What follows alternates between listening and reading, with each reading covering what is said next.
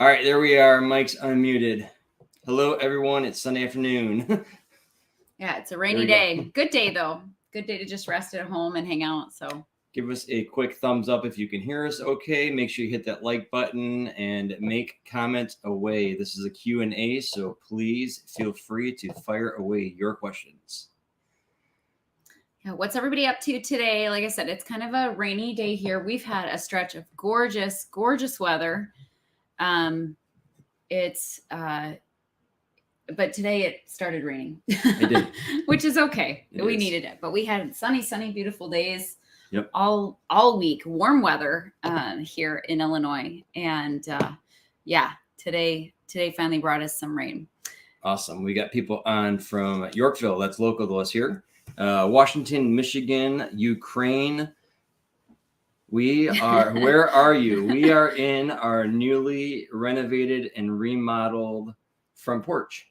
So we had, we've always had a front porch on the front of our house, but it was all, when we first moved in, it was all screened and really pretty dilapidated. Yeah. So our first step was, we didn't really even use it very much, but then over time we needed more space because the kids keep getting bigger.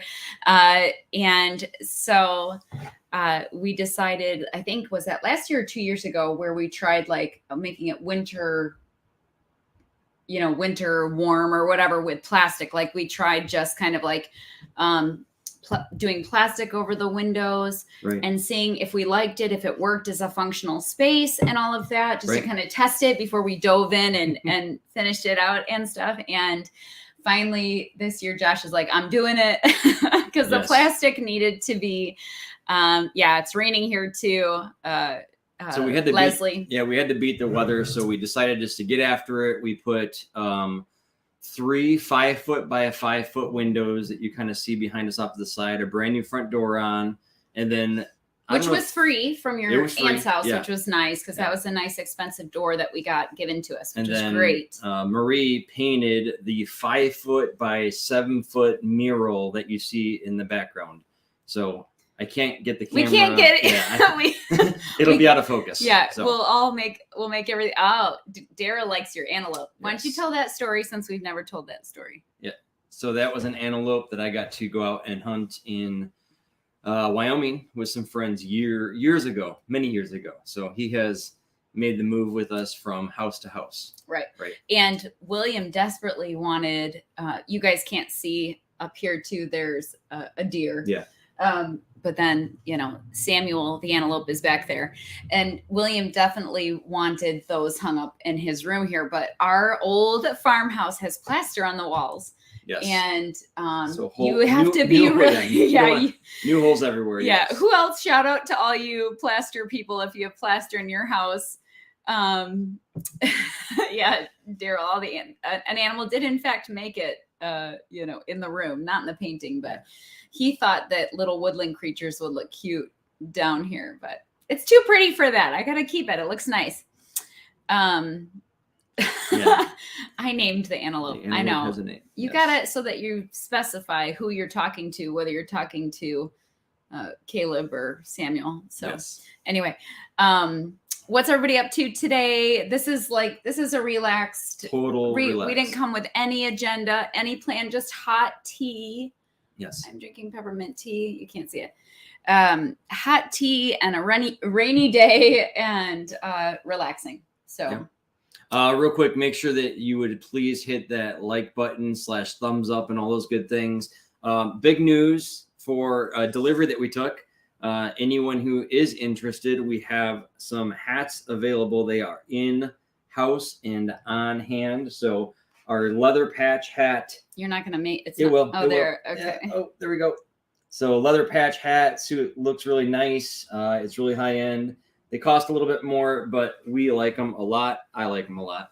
The girls do too. So you can jump over to heartwayfarms.com and they are on there as well. So that's another fun little thing. We've got lots of people on. We've got, it looks like everybody's getting rain today. I didn't check national weather. I don't really, because most of the time they're wrong. We love them, but they're wrong.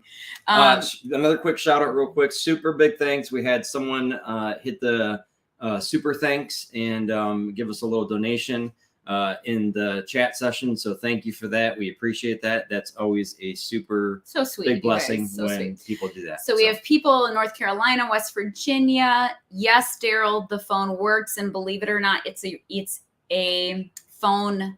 Well, yeah, we don't use it, but it could work if we wanted it to. It's a phone created to look like an old phone, and my girls, who are all, young adults, except for Tabitha, of course, but they're all young adults, what they consider fun.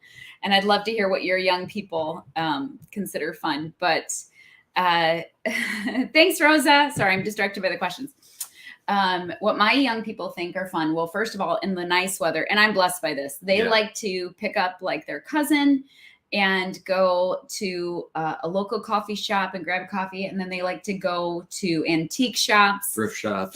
Yeah. They like to walk around plant nurseries in the area. And I love that they love that. I think it's so sweet.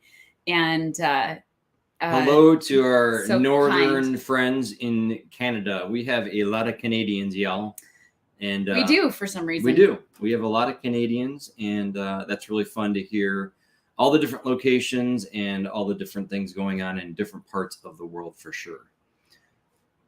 I saw Levi's got a London fog going on. That's one of Julianne's favorite drinks. She likes it a lot. We got Pennsylvania. Yeah, everyone's getting rain. So you guys are all in the same boat. So that's why we're all hanging out today, right? So let's open up. You guys can fire away questions in that thread down there, but let's open it up. We obviously we talk about recipes and prepping and stocking up, homesteading and gardening and all those things. And we were just wanting to hear what some of our new people jumping on here.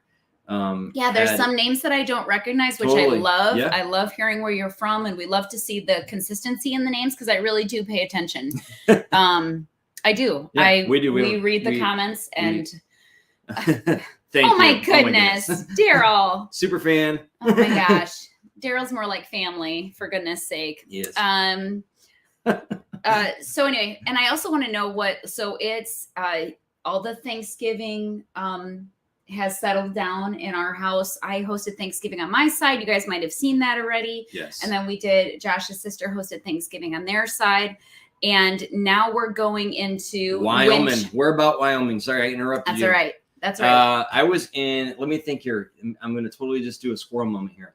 So when I was hunting that guy back there. Oh, if she just got on, she doesn't know. That's Samuel. We were hunting Samuel. This was years ago out in Wyoming. I got the joy of going by like Algeria, Medicine Bow, Lander, that area. I know that's further away. I don't know. Anyway, we were at this really cool spot where we found these rocks that they were in the shape of giant mushrooms.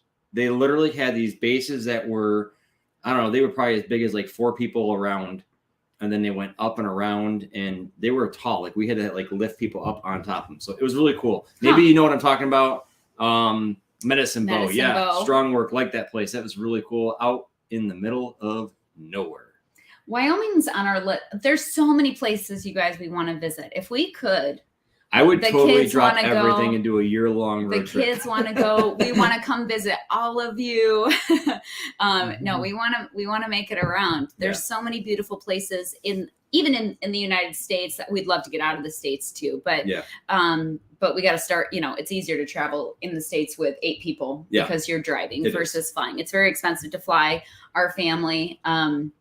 And I mean, it's doable, but it gets expensive, especially with how flights are. So anyway, traveling across the country would be a lot of fun. Okay, so everyone's getting rain. I'm going to recap that. We've got some New England folks on here. Joan, to answer your question, do you want to put that? We can. Yeah, go ahead. Which one? She said, can we get a tour of your dry storage pantry? Yes, you have seen a tour of our root cellar, and I'll tell you why I haven't taken you down to my dry storage. And I've thought about, so recap, just in case you guys are new, we live in a 100-plus-year-old farmhouse. There we go. And it was a huge, huge blessing that this house came with with a large, tall ceiling basement. And for the most part, dry basement. I think you guys can relate if you have a basement. Sometimes it's dry and sometimes it's not. But one of the things that made this house doable for a family our size was that basement. And down there, I have a lot of different storage, including what we call our family closet. Where we have our laundry down there in our family closet, and that takes up most of it. Then we have our root cellar, which Josh and the kids renovated 2 years ago. Not probably just a year ago. I lose track. Probably just a year ago. You guys would probably tell me better than Levi could tell me if he's still watching, because he's my memory for me. We have that down there, and the room that I call the shower room, which is our dry goods storage room, has no lights in it. So it's very hard. It would be hard to tour, and it's kind of small and compact. Right. So anyway, that's why I haven't done that yet. I need to kind of figure out how to show you guys that in an effective way. Yeah. Without like spotlights, or you might have to. I'm not sure. We got to figure that out. But yes, that is on my radar. It is, because multiple people have asked that. I've thought about lugging everything upstairs and showing you how I store it. It's just tough. We use a lot of glass mason jars. We use a lot of 5-gallon food grade buckets. Yep. Hi, Sue. How are you guys doing? How all the kids and everybody? So anyway, yes, I'd be happy to show you that at some point, to show you all of that. But for sure. Rain. Well, the last couple of days here, if you follow us over on Facebook at all, Annie did a post. We added some pork and some canned meat. So we did some pork a while back. And then yesterday, last couple of days, we finished up doing some beef. We got some beef broth, some beef stock, and some beef tallow. Yeah, yesterday I made some pints of, well, I shouldn't say I just did it yesterday. Really, it's been a team effort for the last few days. Yeah. My house, I forget who said it. She's from Canada. I forget. Anyway. The joke was, she said, when she made the comment about when you're harvesting chickens, and I know Daryl saw the comment. Yeah. When she was doing chickens and processing them all, that it just got to be the constant smell of chicken in your house and what goes along with that. Well, we had the same thing. We moved past chicken, and we were doing beef. And yes, Daryl, we are going to process the steer, but that's not what this meat was. No. Josh found a deal. You want to talk about that? I will. Yeah. So one of the things that we like to cover is that obviously we would like to be able to grow 100% of our own food here at the homestead, which we are raising a steer. We just haven't. We are raising a steer. But we've also, instructed you all that, something that we do as a family of 8, as a larger family. There's a little head popping around the corner saying hi. That we, when we find decent deals on stuff, that we're more than happy to put those up and go ahead and, long-term storage those and use those. So we found a deal on some prime rib this time of year, and we were able to put that up and put that in storage. We cut some of it into some roast. We cut some of it into some steaks, and then we cut the fat off of it, and we processed a lot of broth and tallow. Gorgeous looking broth. Yeah. I let it go for, I think it was 3 days. I think it was, woodland creature. Yeah. A squirrel. Let's go with that theory, right? Squirrel. Jesse is so funny. He's my buddy. I've never had a kid be such a buddy as he is, but anyway, so we have lots of beef broth put up now. And there's turkey broth. I did turkey broth, which again turned out so good. Or did you guys put up bone broth, or put up any buy any turkeys on sale and put that up? Did anyone can any of that stuff up? I'd love to hear from you guys. So anyway, we have that. And I got a lot of questions when I posted that yesterday about how we use beef tallow. And I have found, and I would love to hear your feedback on this, but I have found because we cook with cast iron a lot. Like exclusively. I wish I had a picture that I could put up of what Josh built me for the cast iron thing. Keep talking. If you can do that, Mr. Tech Man, you can do that. He built me a nice little holder to get my heavy duty cast irons off of the shelf because it was like bowing the shelf in our pantry. And I have found that when I season my pans with that tallow, it does wonders. I actually usually use organic grass-fed. I'm wearing the same shirt. You're gonna put that up. That's okay. It doesn't matter. I wear the same thing all the time anyway. That when I use the beef tallow to season my pans, it really works really well. So if you have cast iron, that would be very good for you guys to use. Okay. So what are we looking at here, babe? So anyway, I have a very small kitchen. I love and appreciate my kitchen. I'm not complaining, but I can touch both sides. So any way to get storage vertical versus like on the shelves, that helps me so much. Yeah. Like I can literally put my hands out, and touch both sides of my whole kitchen here. So, Josh, I was able to get most of my cast irons. I still have several more of like, these, griddles. The big flat griddles. The big flat griddles. They can't see you pointing at the I know. I'm pointing for myself. Stop. I'm tired today, you guys. It's a rainy day. It's like a nap day. So anyway, I have a few more of those, which I'm not going to put up there because I only need like one or two at the time. So I have those tucked down in storage. But anyway, so beef tallow. Someone else did. Is that Pam? Or that's Penny. Penny, sorry. We got. Oh, someone's watching football today. she's out of here. She's like, I'm going to watch football. That's all right. Yes, so that was a nice little ad. That was a pretty quick throw together. We jumped on Amazon, grabbed some hooks off of there. We stained up a decent piece of like plywood, and we wanted just something to hang those pans so that every time you hung them against the wall, they didn't dent it up, and that it was out of a shelf, or it was, up on the wall that wasn't being used. So. Well, here's what the truth is that I would end up storing, you cook with your cast iron pot and then it's hot. So then you maybe set it in your oven, then you forget it was in the oven and you turn your oven on to bake something. And then you're like, oh, the cast iron's in the oven. And then you get the hot pad and you move it over on top of your stove. And it's like the vicious cycle. So it was perfect to be able to get it up and out. Here we go. Now that I found this. So Weber Homestead says go ahead. That yes, rendered tallow and lard under cast irons. So anyway, yeah, I agree. It's like a game changer. So we'll throw this up here real quick. This is that beef broth that we were talking about. There's some pictures here. Well, technically. Let's keep going here. Yep. Okay. I'm going to go back to that one there. So there's some broth. That was the tallow before. Oh yeah, now it's solid white. It's solidified. Yep. That's in a liquid state.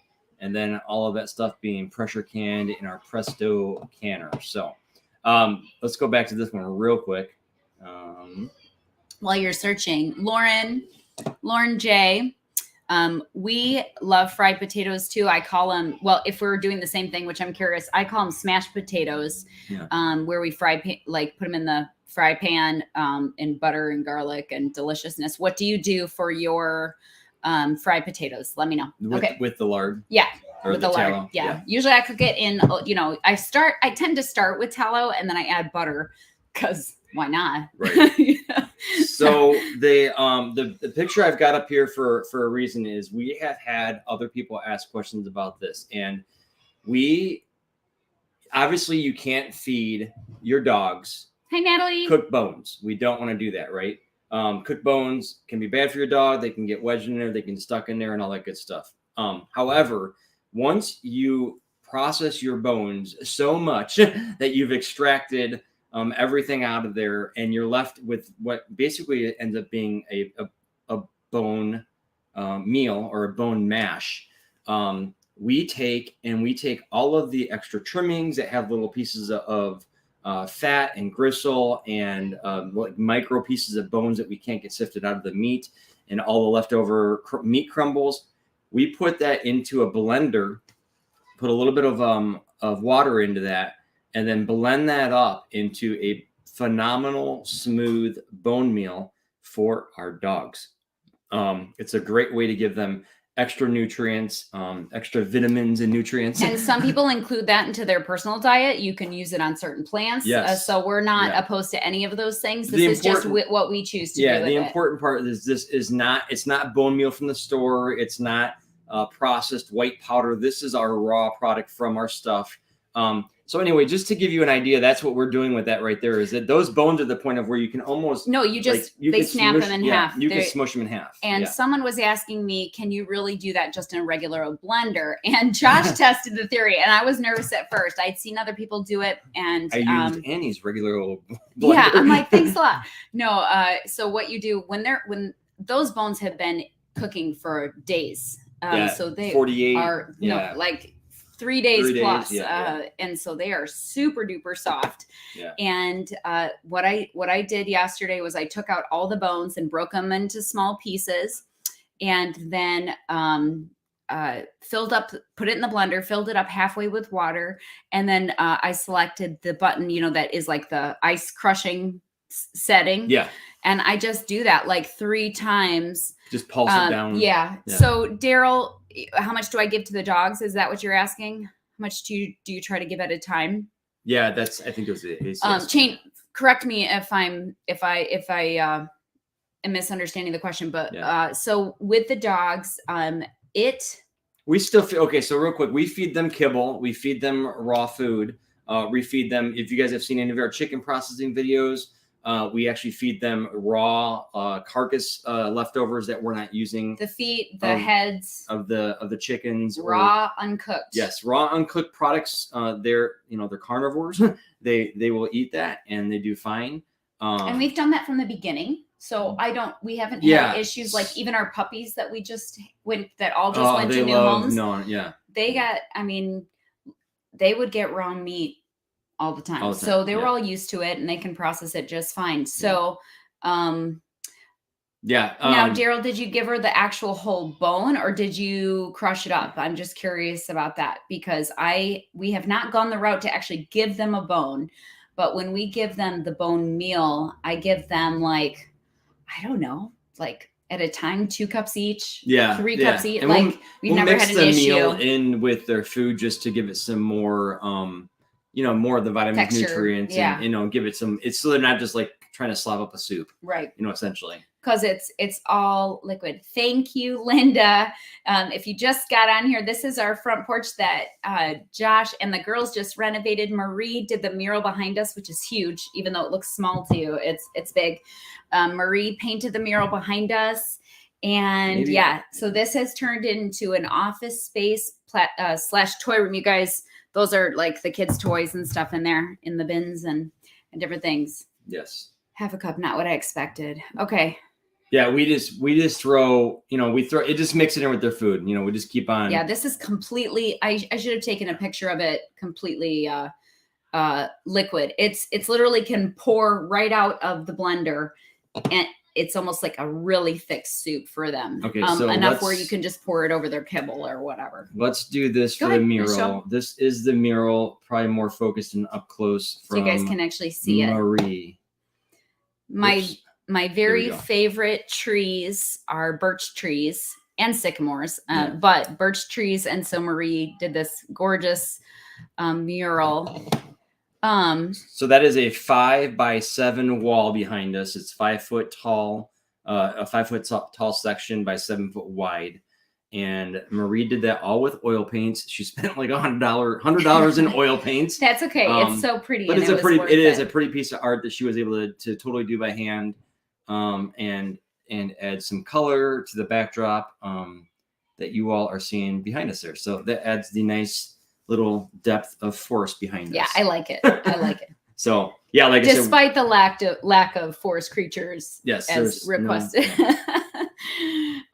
So someone asked too. So I've been canning different broths slowly depending on what we have. So we already did a ton of chicken to the point where I don't need any more chicken broth. I've probably got 3 years supply of chicken broth down in the root cellar. But even if we cook up a whole chicken, I'll still make it again. That's what happens is like, I just can't, I feel bad like not making it, Yeah. I used to work for a company called Walls That's All. This is my jam. She did a beautiful job. The story behind that, here's my squirrel moment. The story behind this is Josh's dad. This year? Yeah. Yeah. Josh's dad has taught my children how to paint.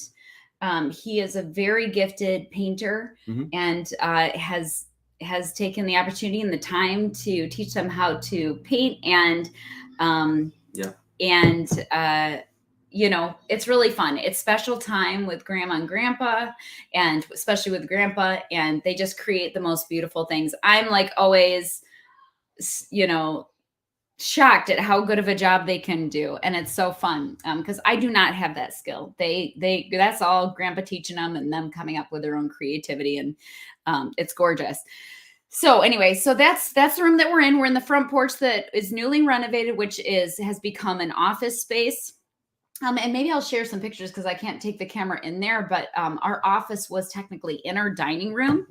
And Josh decided to add in cabinets for more storage in like the dining space. Again, small house, storage is a hot commodity and a beautiful thing. So we added all that in, and so that's really nice. I did remove those comments, by the way. Thank you. There's always somebody. Sometimes they sneak through, and sometimes we get them before they come through. So there you go. So yeah, like I said, guys, we're live with you guys. This is about you guys. It's not just all about us. So we want to answer your questions. Canning, stocking up, homesteading, family questions for Josh and Annie, any of those good things. So feel free to throw it out there. Thank you, Daryl. Once again, we have a super chat / fan from up in Canada. He's more of a family member now via conversation, but he's the one who threw that $50 on this live stream right now. So we are so thankful for that. Seriously. It's not the first time that he has made us blush. So. Be sweet and kind. Yeah. I am trying to picture what a poplar looks like, Daryl. Poplar tree? Yeah, I'm trying to picture it. I can't think of it right now. I'm blanking. But anyway, so my parents up at their house in Michigan, I know several of you were shouting out from Michigan. My parents have gorgeous sycamore trees in their yard in Michigan, and they just go on and on and on. And they are so beautiful. And when the leaves fall, I mean, you know, they're bigger than your face. They're just gorgeous. So I love the sycamores too.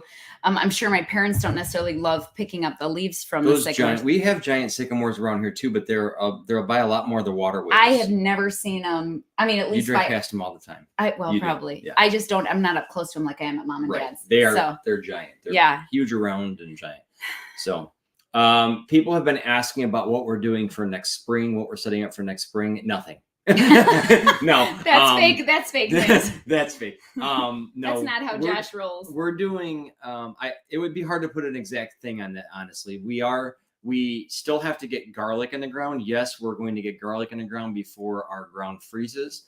And that's really the only thing that you have to beat with getting garlic in the ground. Bees. That's another question we're going to throw out here. Is how many bees do you have? Finish garlic, and then we'll go over there. I can answer bees quick though. As of right now, we have no bees. We work with a local bee person, and that has been a huge blessing because that was just, there's so many projects going on, and we don't, we have all the stuff for beekeeping. It's something that I think that we will probably get back into, but it's just not super high right now. On the list. I was reading comments. Bees. So so we have had bees for years. Yes. And we would lose the hives in the winter often each year, or at least a good portion of the bees. There's an art to keeping bees. There is. Yeah. And I think even when you practice the art, you still lose them. I mean, this happens a lot, and a lot of people have to replace them. So so right now, like the honey that we carry here is from our friend's farm. And so we're blessed to have access to that good quality, raw, unheated, awesome honey. But I'm excited to get the honey, the bees back up and at it. And so currently the answer is 0. And we are looking, I would love to switch that out by this spring because we have the infrastructure for them. Yeah, we have highs, we have the bee suits. We have what we need. And I know what I would do. I would do a few things differently. And I think I've learned some things. And we have some young adult children, some young kids that are interested in actually taking that on. So that's exciting because, they're older and can probably manage that. Each of our kids have different jobs that they do on the farm and by choice, actually. Right. And someone, William mentioned and Julianne actually, I think it was Julianne mentioned wanting to take on bees. Yeah. Rosa, 100% agree with you. That is in all things homesteading. It's so much easier when you have a mentor. It's so much easier when you have someone that you can physically go talk to, put your hands on whatever they're doing. Most of us are a lot more tactile when it comes to learning and that stuff because we're hands-on people. But so huge props to you on doing the bee class. That is something I would totally tell you that if you have the opportunity to seek out that, that would be a huge thing. That's huge. So great for you on that one. We're going to scroll up to this one right here because this is a great question for those pretty much anywhere in the world. What is your biggest challenge homesteading in the winter? I've got the answer. Boom. Go ahead. Water. And we were hoping to have that fixed this year. And Natalie, you have critters and have had critters. I think most people, Dara, I'd love to hear from you on this one. Our Canadian friends, I'd love to hear from all of you. It's water. What's your biggest challenge? Ours is water. So what that means, what that looks like for us is summertime or warm weather, spring, summer, and actually just up until recently, had we not had like those 2 weeks of really cold weather, we still could have had our automatic waters out in the pasture. But because of we had this chunk of really cold dropping down with wind chills of like -1 and stuff for like 2 weeks, everything was starting to freeze up. So we had to jump into gear and go ahead and disconnect all of the lines, all of the water lines. And so what that means for us is hauling water. And so instead of everyone being spread out beautifully over the farm, out, here, there, and everywhere, we have to kind of bring everybody to their specified winter locations. And for us, that means that the sheep go back in the far north section of the pasture where they have the shelter where they lamb in, where they have their babies in. Yep. And then they have access to the creek, which we are so grateful for because it does not freeze over and it stays running. That we have a spring and 2 different creeks that continue to run through the winter. And so our sheep thankfully get the check mark. We don't have, it's actually pretty easy. So we just have round bales back there.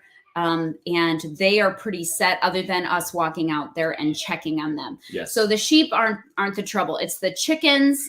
It's the horses and the steer. They suddenly get moved up to the front.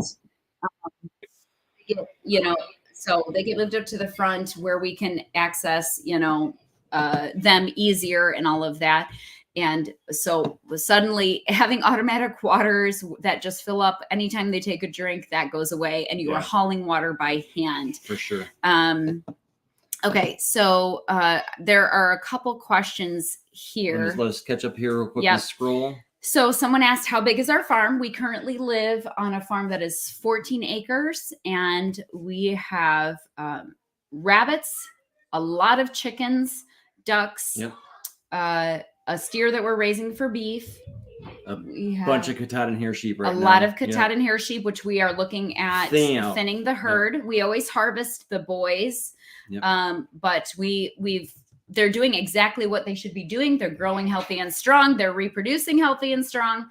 And I want to reduce the herd. I think we've talked about this by like half or even more a little bit. We are in Northern Illinois. So Northern Illinois is where we're at. You want to go talk? Yes, you keep talking. I'm going to check in with the kids. Good to do it. Well, real quick, kid check in here. So we're in Northern Illinois. Our farm setup is pretty much the way it works out is we have about 3 acres at the front of the property. So we're kind of a shotgun land. We're about 400 feet wide by about 2,800 feet long. And so we're kind of a long, narrow property, which does have a lot of advantages to it because we have our house and our barns and our homestead stuff at the front section.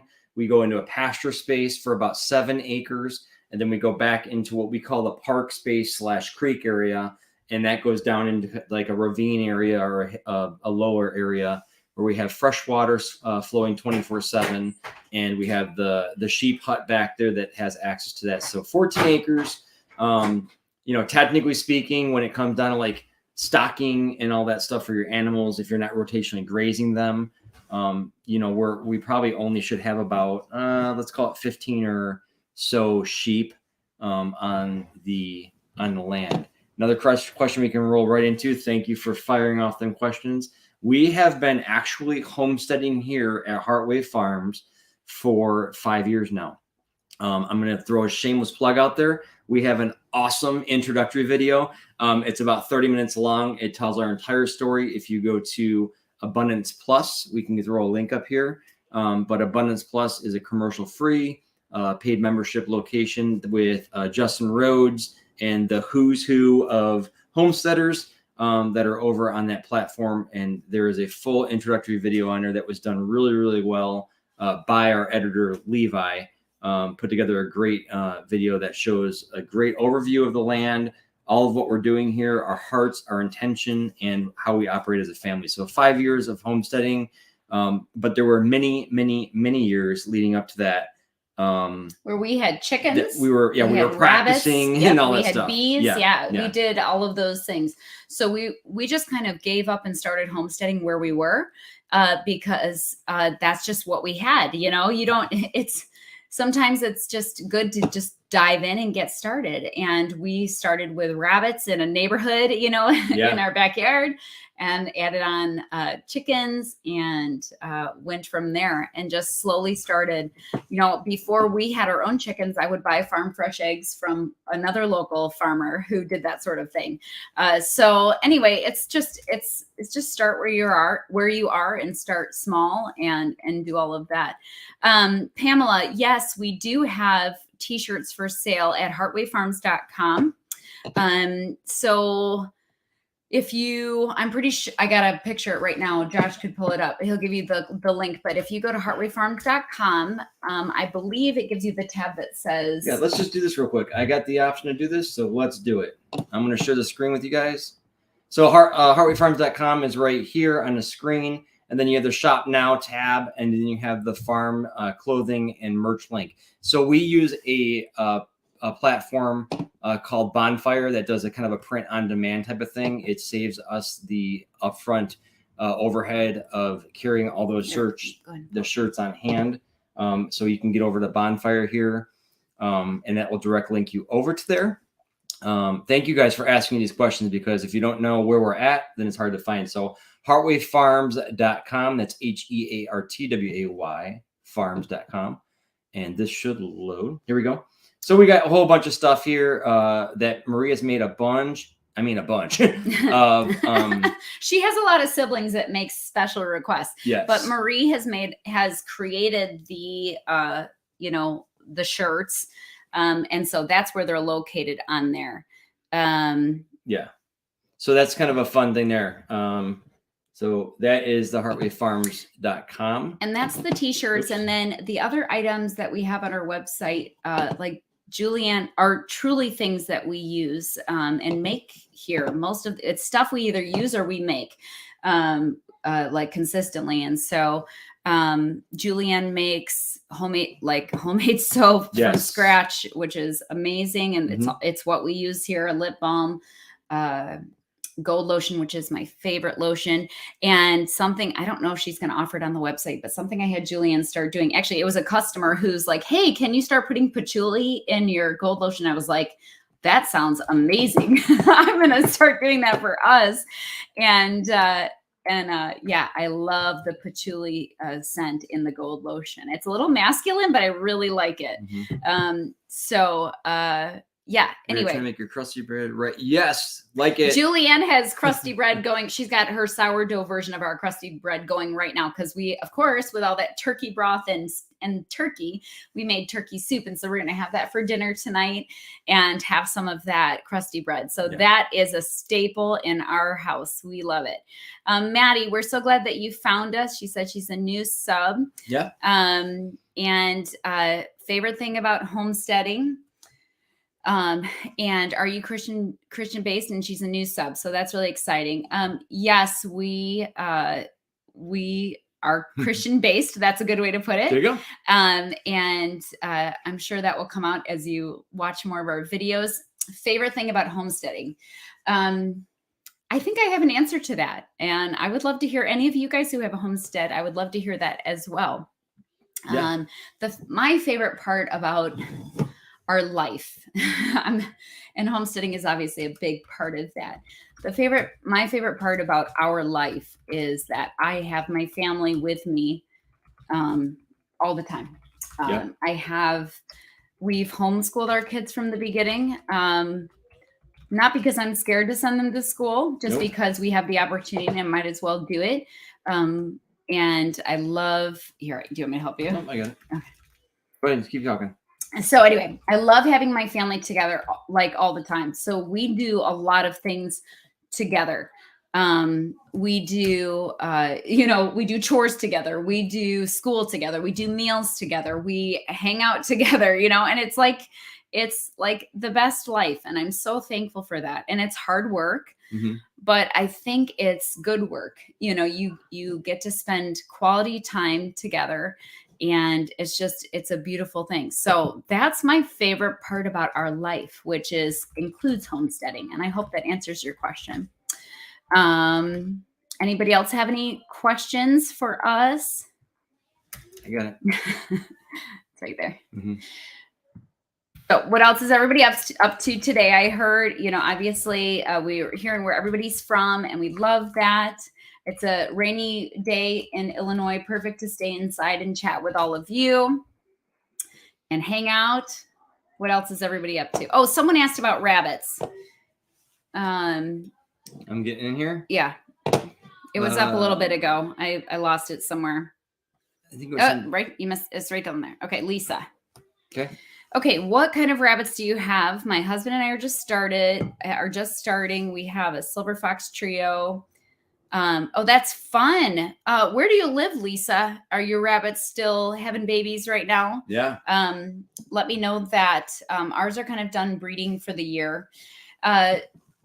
We have done different rabbits in the past. Back when we first started, we had more of your New Zealands and Californians. And that, they were good. They were pretty sick. Some reds. What was the name of that breed? Our New Zealand? A New Zealand red. Yeah. So we had New Zealand red. We had New Zealand white. New Zealands really were the biggest bang for your buck as far as like what the size of rabbit with the production that you got. Yes. That's for sure. And that's something to consider. That is definitely something to consider. So right now our rabbits are kind of a mix. So we have a Harlequin. We have a standard Rex, which is not normally like a breeding for. Do we have a Flemish still? Yeah, we have Flemish Giant. Yeah. We need to. I want to get kind of honed back in. These have been kind of fun ones that we've taken on. We just harvested all of our meat rabbits, so we're down to just our breeders right now. So we have a very small group. But getting some New Zealand back into the mix, I think would be a good thing because they just are a better production. They are. And what's funny is this happens on the farm sometimes, but one of our New Zealand babies ended up becoming a family pet because he was so sweet. They're like a great breed to work with as long as you can handle not getting attached to them, So yes, Mama, who is it there? I can't read that one. Go ahead. Make sure to hit the. Thanks. Thank you guys. Hit You're the thumbs best. up. You guys are all the best. We do appreciate that, and we appreciate the super thanks and all those good things. So thank you guys for that. All right, I threw this one up here. We don't tackle this question very often, But we haven't, like if they watched Abundance Plus or whatever, you could talk about it. I do work outside the home currently. So we are a hardworking family. I'm just going to say it that way. The kids have all really started to come into their own on things that they enjoy. And so we do a lot. We have the Homestead that we have going on with the online shop and the shop here on site. We've got the YouTube production stuff, which is that's a whole job in itself. Honestly, the amount of hours that we put into that, just being blunt with you guys live on us here right now, there's a lot of hours involved with that.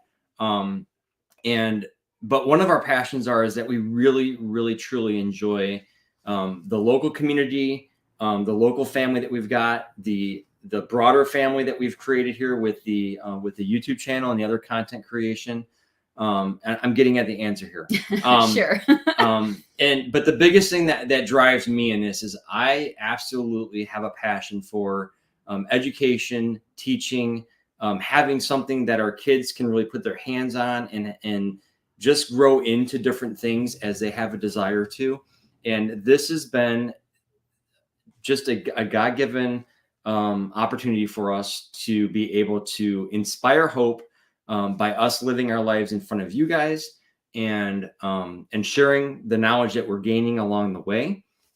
Yes, we make mistakes, but that's a part of it. So full-time outside, I'm a full-time firefighter. I've been doing that for many, many years. So I am gone since he was like 18. Yeah. So this has been his job. Yeah, it's a full-time gig. So I'm gone 24 hours and I'm home 48 hours is the way that works. And so that gives us the opportunity to do a lot of stuff on the side, quote, quote, on the side, because when I'm gone, but when I'm home. So hopefully that answers the question in short. And when he's gone, everything that we do has to be doable on our end. So for me and for the older kids to do, and I'm telling you, having William, the older, everyone helps. It doesn't matter what your gender is, but like having William get to the point, he's 12 now, getting to be so incredibly helpful and strong. Strong. It is wonderful. And willing to help too, of course. So like having the big kids be more like adults makes this very doable. If we were back in the days when we had, 4 little kids, 8 and under or whatever, it would be really difficult to be able to accomplish some of the tasks that we do. Yes, I got my paramedic when I was 18 years old, so I have been firefighter, paramedic for the entirety of that career. Yes. Can I hit that? Yep. Is that how I do it? Sure. Okay, so this was another question that came up, and you can take this one, and I'll look at the fun questions. So yeah, Annie's not seeing this project at all going on right now, but out in the pole barn, we have a 14-foot sidewall pole barn, which makes it kind of tall, obviously. And so out there, we are in the process of upgrading how we can process our animals here on site more efficiently. Because anyone who's done that knows that if you have to use a bunch of, sweat and muscles for animal after animal, that can get old. So we are actually going to be doing some content on the project that we're working on out there. William and I have been installing, we installed a 2,000-pound winch that's hooked up to a battery out to the ceiling part of that. That's on a reinforced structure up there. And we are going to be hanging the sheep on a gambrel. And then we have an anchor in the ground that we're going to be tying them off to, so that as that gambrel gets raised up in the air, it basically separates the skin from the carcass, and it makes that process way easier. So we're going to be using a combination of the gambrel setup with the winch, the electronic winch, along with it's called the air skinning. So we're going to be using an air compressor to separate the hide from the body. So there's a lot that we're learning with that, but this is the biggest thing. I just had a conversation with someone about this the other day. Is they said, I would be so afraid to make mistakes. How do you guys do this? How do you guys do all these things that really you've quote unquote never done before, or you've just started doing them in the last 12, 10. It's not like we were born and raised on a farm doing this. Neither of us were. That's a question we get a lot. Yeah. So the answer to that is go ahead. But you also did process animals. Sure. That wasn't new for you. So you were hunter, a fisherman. Your dad. We've been outdoors. Your dad. You guys grew up very outdoorsy. But we didn't grow up on the farm processing animals and doing all that stuff. So, but this is a little. It's an unofficial quote, but it's out there. Is I've gotten to the point of where I am almost more afraid to not try something and have the chance of failing. I would much rather try something and not fail at it, but have it be a learning opportunity that we can learn how to do it better the next time. So it's really how you change your thought process of I can't do this, or I don't have the ability to do this, or all those different things. You can come up with all the negative side of I'm going to figure out how to hold myself back from doing this, or I'm going to jump into we're going to make this happen. We're going to do this. I'll be honest with you. We never have created content, quote unquote, or created movies and videos prior to 2 years ago. Someone asked about how long we've been doing this for. About 2 years now on YouTube and content creation. We never did that before. Yeah, like we shot home videos and we took pictures, but we weren't photographers. We weren't videographers. We've just kind of dove in and done it. Hey, you can learn anything on the fly if you put your mind to it, right? You have to be willing to say, I'm not going to make a mistake. What I'm going to do is every time something doesn't go as I thought planned, I'm going to learn, we're going to adapt, we're going to overcome, and we're going to move forward in that and continue on. All right, Daryl, wow, sounds great with the setup, but refrigeration. Yes. Refrigeration. We actually have a walk-in cooler that is on standby. It was gifted to us. It was gifted to us. Someone didn't want to store it anymore. Yeah. We're like, we'll store it. Yeah. And once again, guys, share your dreams and your passions with those around you, because you will find out that there are people who will jump in and help you out with that, whether it's on YouTube, in your local community, in your bigger community. Throw your requests out there and make them be known. So anyway, we have a walk-in cooler that is, we haven't gotten full functionality tests on and all that stuff, but at the very least, in these temperatures that we're coming into, the walk-in cooler we can use for hanging the meat and all that stuff. And then if you follow us on our videos, you're going to see all the process on how we process the animals out, how we can them for long-term storage, how we use less freezer space, how we diversify our prepping and stocking up. Yeah. Someone asked, speaking of rabbits too, someone is, Lisa says they have not processed rabbits before. Would you say that rabbits are one of the easiest animals to process? Great starter. No feathers. If you can take a pair of socks off, you can probably figure out how to process your rabbits. So yes, for sure. So they're pretty easy. When we did chickens this last time, we wanted to process all of our rabbits at the same time because we had customers wanting them. Mm-hmm. And so we took care of that all at one time. So you have, do those have a specific name, those tools? I think we don't have to go into design, like they're called like a rabbit ringer or something like that. But it basically it's a way to dispatch the rabbit, quickly, and then it's a way to hang them from their back legs, their hocks, and then skin them out that way. So they're really simple, and she has someone who's willing to teach them, which I'm going to touch on this one real quick here. Can you throw up Tiny Treasure right there? This one? Yeah, this is a great thing because we've had a couple people ask these questions and throw it out there. I'm new to YouTube. How do you find balance? I have a homestead with young kids. How do you find balance? The short answer for us is by the grace of God. We really didn't get a homestead and the homestead set up until about 5 years ago. Which puts Julianne at, she's going to be 18. So 15, around 14 15 coming into 13, it. 14, 15. Yeah. And the kids are about every other year. Yeah. The rest of the way down. So the short answer to that is that by proxy, I would say, guard your family, guard your time, especially when the kids are young and they really they need your attention. I mean, our younger ones still need our attention, obviously, and we don't just because we have older ones around, we still have to backtrack to that. And this was one of the reasons that we got rid of our dairy cows for a season. There we go. Because we made adjustments. We had to make an adjustment because I was in charge of the dairy cows here on the farm, and we had 3 of them in milk at once, different times. And it was a lot of time, a lot of effort. And it was something that I was like, I came to Josh and I was like, the kids were a little too young to take over that completely at that time. And I just said, I think I need to lay this down for a little while. Right. So thankfully we have resources to get raw milk locally. So I was able to lay that down and still have the resources without the work, which was nice. This is a local person that sometimes our freezer meat goes missing. The sale of meat has to be done in a discreet manner sometimes. So sometimes we have some of our meat out in the fridge or freezer that's in the pole barn in our shop. And sometimes people make a donation and they take it. I mean, it happens. It's okay, guys. If it happens, it happens. So we joyfully accept that if you get what I'm telling you right now.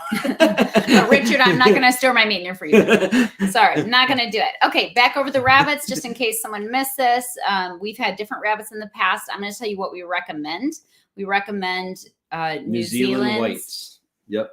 Or reds. I really love the You reds. like the way the reds look, but the New Zealand whites, they're easy to come by. It's fun to have animals that you like as well as are practical. It's nice to have 2 for 1. Yeah, but traditionally speaking, the New Zealand whites have been bred with the genetics to have the most meat on their frame for their body size. It's kind of like buying an egg-laying hen versus a Cornish cross meat bird in a chicken world. So that's that right there. So we touched base on this real quick, but those who just jumped on, make sure there's a link that we attached in here to Abundance Plus. If you're interested, you can jump over there and you can hit the subscription button for that and get on Abundance Plus. Something else to throw out there is that our link has a discount code attached to it. And if you're looking for a gift to give a family for a year, it's kind of the gift that keeps on giving for the year.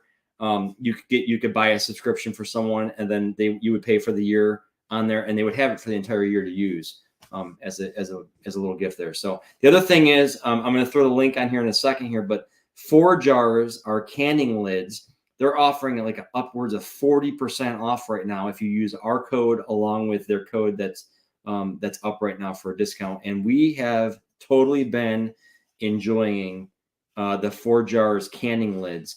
I like the company. Yeah. You might see us doing an interview with the company owners. I'm speaking in faith because we have a meeting lined up, but we're working on we're going to be working on doing a little interview with them and sharing their story with you all, hopefully here in the near future. So ForJars, we'll throw the link on there as well. They have a huge sale. It's going on, I think, now through maybe tomorrow, then it's going to end. If you use our link, it's literally 40% off. Like this is some deals are like just okay. This is a really good deal that you guys get. Do you have our link so that they can get an extra 10% off? I'm going to put it all in here for them. So this is a really good deal. And everybody, we go through lids like crazy. Yes. So this is something that everyone can do. Awesome, Daryl. Yeah, I've had great success, and I'm not kidding, with my canning. It's normal to have a lid pop or not seal. I really have had very good success with the ForJars. So you'll notice when you get them, they feel a little bit sturdier too. Anyway, the question that is up here too right now is this kind of plays into the other question. So, time management is vital in any scenario, whether you have a homestead or you don't, and even whether you have kids or you don't. And I'll tell you, when I am on my game and we are following a routine, everything runs more smoothly. Because we're productive and we're not just busy. That's Josh's. If you've been here at all, that's Josh's go-to statement. So, having things in order and having things having older kids helps. If you have small kids, that makes it more challenging, and you have to figure out what works for your family, because your family has to come first. Your family has to come before even the farm. The family has to come before worrying about YouTube and all of that. And I'm sure you feel that way. Thank you for being a new subscriber. And yeah, we have been proactively doing YouTube videos for about 2 years. Literally like a month, over 2 years now. I just got done talking with Levi, our editor. I'll give you the Cliff Notes breakdown of this. Levi approached us about 2 years ago, 2.5 years ago, said, hey, I want to edit some videos, but I don't have any content really. What would you guys think about filming all of your content and I'll edit them for you? And I said, thanks a lot, Levi, but no. We have, our kids were too young at the time. We had too much stuff going on. We had just been on the farm for about 2 years. Well, at the time. It just seemed like a huge task. It seemed like a big task to take on. Yeah. When you already are a little bit busy. So we honestly, I kind of blew him off. I'll be honest with you. And then about 4 or 6 months later, he said, hey, I'm still here. I still want to do this. So we talked about it and we decided to start making an effort doing it. And this has been the biggest thing for us to stay consistent in our growth. Is we decided early on that every Tuesday and every Thursday at 10 o'clock in the morning, we would release a video. And that was, we try really hard. It seemed like a huge task, but it was a goal. We set a goal. And so we just stayed hyper diligent about releasing those videos. And with Levi's help, having the editor makes this happen. We would not be doing this without Levi. I have to give him full credit. I don't think Levi's on here anymore. He was on here, but anyway, so this is a team effort. The kids are involved. Levi's involved. It's a team effort, and we have talks with the kids because we like team meetings, Heartway Farms team meetings, and make sure that everybody's doing well. You guys know the big girls, they shoot, Marie is behind the camera almost all the time. It's either me or her usually behind the camera. And we are shooting the videos. The girls are creating content, and we needed to make sure that everybody's on the same page. Everyone's still doing well. We're keeping things in balance and check. Like I said, family has to come first.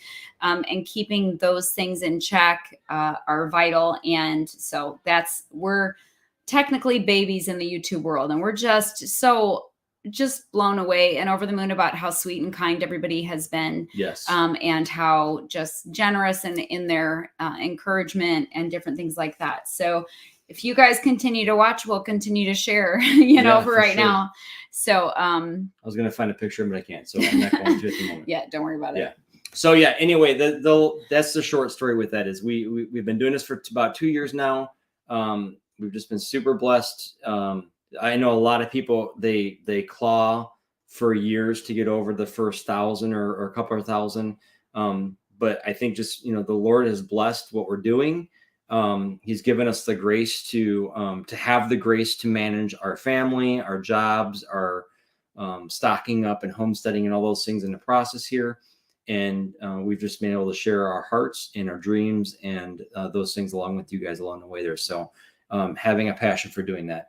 Yeah. Yep. One thing I want to ask everybody, and if you guys, some people have already chimed in their answer to some of this. That's what I'm going to ask a question. Yeah. So this mama's life, Stacy, I'm assuming your name is Stacy. I see a cat walking by.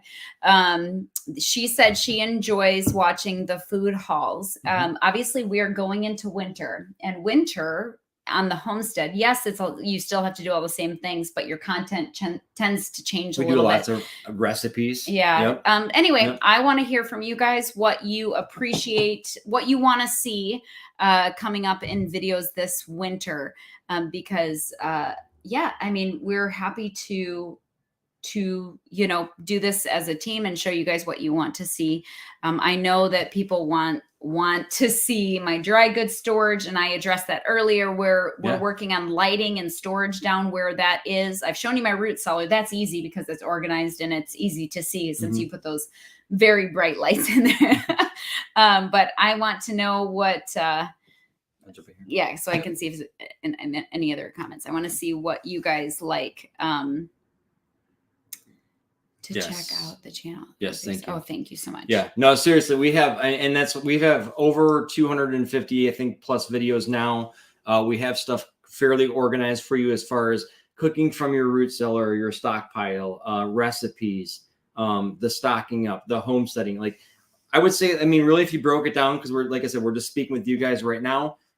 If you broke it down, we cover the homesteading side of things. We cover the stocking up and prepping side of things with the food haul. We really try to touch on this from the heart of that. We know that a lot of us included, we can't do 100% of everything off the homestead here from the homestead. So we try to give a balance of how do you do that from your homestead? How do you do it in the process of building yourself into being more resilient in those areas? And how do you use other resources? We use a company called Azure Standard. You can check out, the easiest thing is to go to heartwayfarms.com, and then we have a whole page of our affiliate links or links that we like.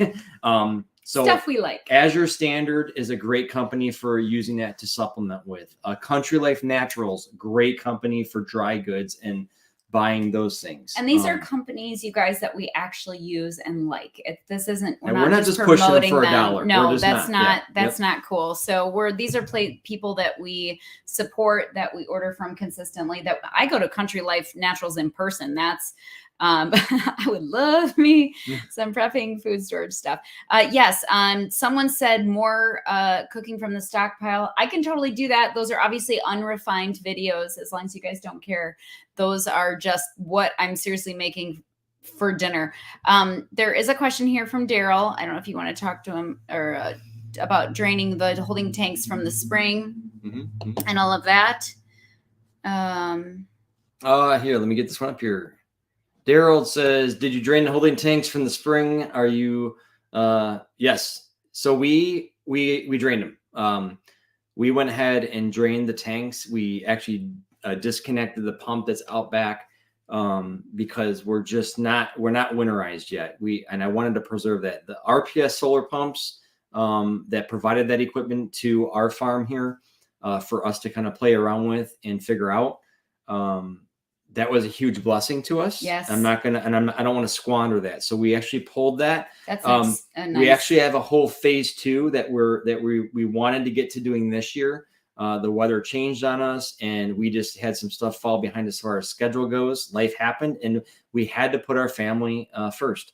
So next year, we're doing 2 things. We're going to be using the NRCS as a local grant that we can apply for watering here, and trying to upgrade our well and all of our watering systems so that we have some frost-free water solutions. Daryl, this will be a game changer. Yep. Frost-free waters. Anyone else who has animals, Lisa, that's coming up. I'm not going to spill the beans today, but you got to keep watching, Lisa. You're going to see more of the girls playing. So, anyway. Yes. So the RPS solar pump system, we decommissioned it for right now. It's kind of in standby mode. We drained the tanks out.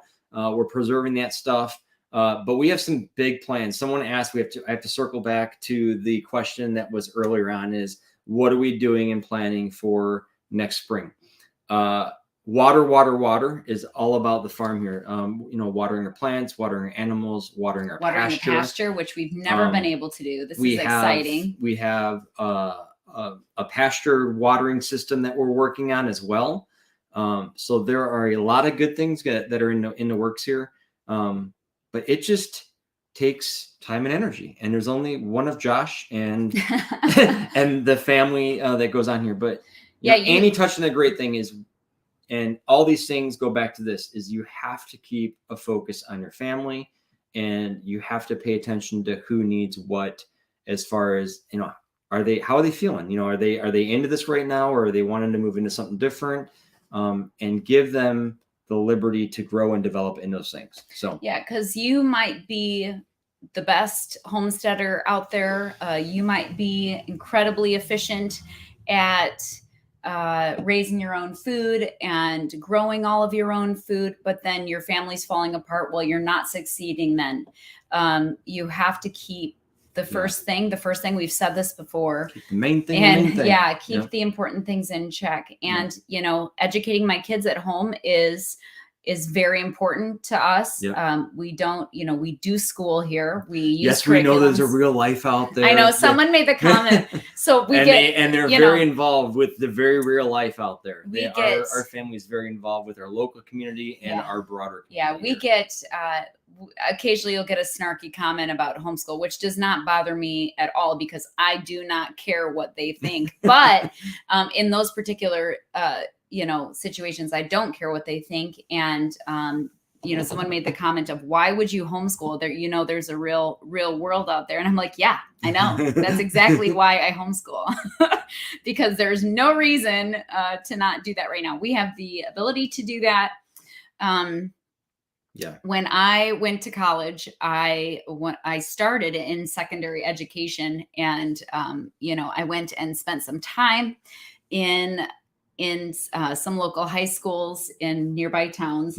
And I was like, I'm going to homeschool. So because I can. And that's kind of one of the things that made my decision. Totally pro. If you guys have to if you send your kids to school, I have nothing to say about that. No, it is your family, that is your decision. And I think that is your decision as the parent. And but I am blessed to be able to have the kids at home and to have done school at home the whole time. And I really appreciate that opportunity. So I'm going to throw this link on here real quick because you guys were asking. This is our affiliate link that you can go to. It's all at heartwayfarms.com. I'm just trying to make it a little bit easier for you guys to go there. So that has a lot of the affiliates that we work directly with, and all of the discounts and all that good stuff that they would be able to offer you. So, Julianne's the forager. Someone said they want to see hunting videos. The boys have hunted on the property, and it's like the deer get the memo, you know, like, we're going to go hide, you know. So. It's my heart's desire. If I'm just being very transparent, it's my heart's desire to get a little bit more into scheduling some time to get out and do some more of those things. William's getting old enough now where he can actively participate in that with having a gun and a bow in his hands. He's very capable with those things. Yeah, several of our children are on do trap shooting on because we do homeschool, but they're a part of a private school team, which is wonderful. They allow them to do that, and it's fun because they're. Oh yeah, Josh is gonna be able to put a picture up. The girls are gonna not like that, but so they're on a trap shooting team, and I trust William. William is just dead on with his shots, so he would love to kind of expand in that realm a little bit more. So you've got Marie in the black shirt, and William in the center, and Elise with the American shirt on there, and they are trap shooting. So that's fun. Yep. But yeah, hunting would be fun and different things. Yes, homeschool has worked for us. Julianne and Marie are both graduating this year. I'm kind of stepping into a new world here. Like, I'm graduating my first 2 kids, which is kind of strange. Yeah. I don't feel old enough to do that. I don't know how you guys feel. I don't feel old enough to be doing that, but I'm grateful, and it's going well. And none of them are in a hurry to gallivant out of the household. So I'm happy to have them as long as they want to stay, and just continue to let them learn and grow and do what they want to do. And it's wonderful. So, all right. I was raised on a farm. Let's just show this because I love hearing people's stories. Yeah. Wheat and corn. Yeah, that's one thing that we have not done. Yeah. How old are you? I am 40 years old, my friend. Not ashamed to say it. Josh just turned 44. Yep. We just celebrated his birthday in November, and I'm December. So I'm right around Christmas. So I'm actually upcoming soon going to share my very favorite birthday cake recipe with you. You'll have to stay tuned. It's puffs. Yeah. Thanks, Daryl. I knew I liked you.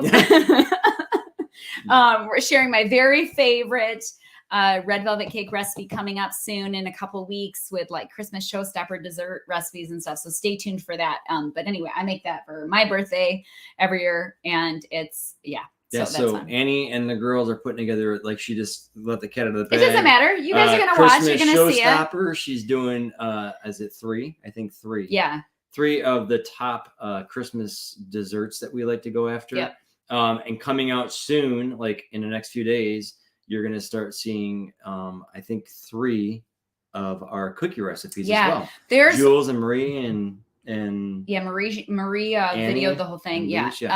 So we did a lot of recipes last year. We're adding a few more recipes to the mix this year for holidays. If you guys need some great holiday ideas, yes to red velvet cake. Somebody said, of course. And of course, I think I say this in the video, but everyone thinks their grandma's recipe is the best recipe. But I gotta say, my grandma's red velvet cake recipe is pretty stinking good. Go. Yeah. So anyway, I'm sure yours is too. But anyway.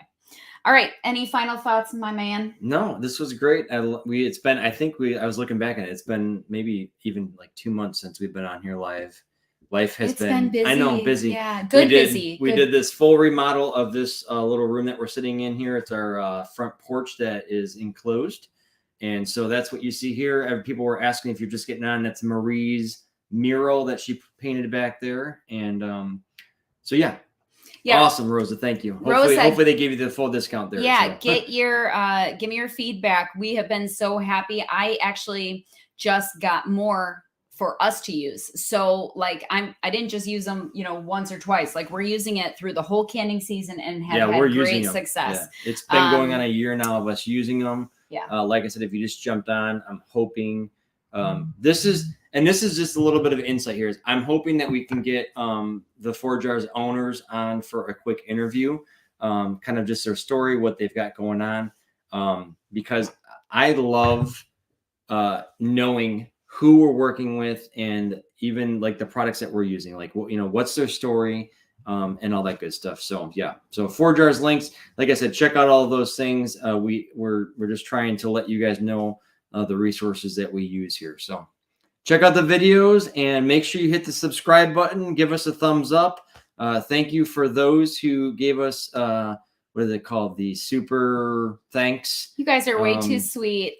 Thank you so much. That's just kind. Thank you so much. Know we don't take any of it for granted. We appreciate you all, and we appreciate spending time with you and having you guys a part of the Heartway Farms family, and we mean it. So I love when I get the opportunity to meet people when they come to the farm here. Yes. We have people that are kind of local-ish, and not even. We've had people from Maine come and visit us, and I don't know if Ruth is on here, but anyway, it's just like people just become family immediately. Yeah. Like when we went out on a road trip to Maine, we chose to hang out with them again. Yeah. And so it's great to get to know people. When people stop by, they're so sweet, or they, see us in public or whatever and chat and say, so it's just a wonderful delight. We just appreciate all of you so much. So we've got some good videos coming out soon, and we look forward to hearing from everybody soon just on those videos. So, all right.